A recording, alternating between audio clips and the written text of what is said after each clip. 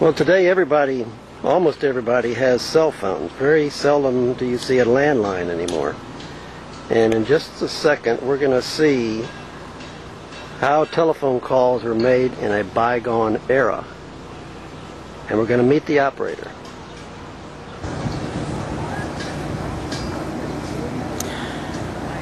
Good afternoon. My name is Edith Taggart, and I am the Scottsville telephone operator, where I was central, meaning the operator, for 42 years. This is the telephone console that I use. I am on call 24 hours a day and 7 days a week.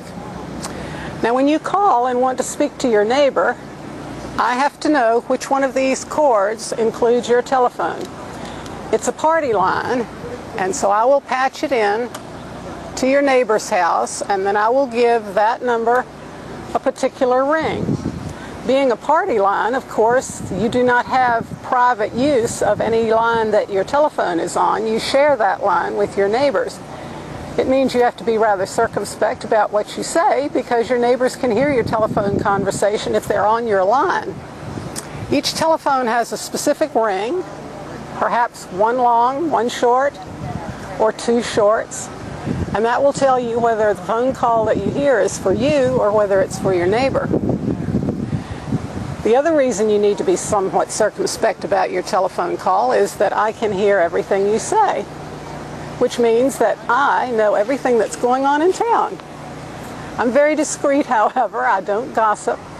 I only use that knowledge in case there's an emergency and I may have to break in on your call to reach the doctor or something of that sort.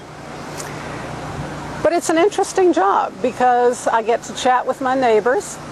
As you see, I'm in a wheelchair, so I don't get out very much, and so this is a means for me to socialize a little bit.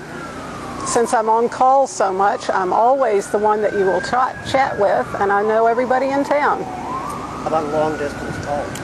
Long-distance calls I can do from here, but I can't do it directly. This setup is only for local calls. But if you need to call long distance, for example to Charlottesville, I use my dial here and I call the operator in Charlottesville, who will then get a connection with the person you wish to speak to, and then she will patch it into me and I will connect it to you. So really, I can call anywhere that you want. It'll just take a little bit longer if you're going to call long distance. A lot of people wonder about the fact that I'm in a wheelchair. It's because I had polio when I was 9 years old and was not expected to live.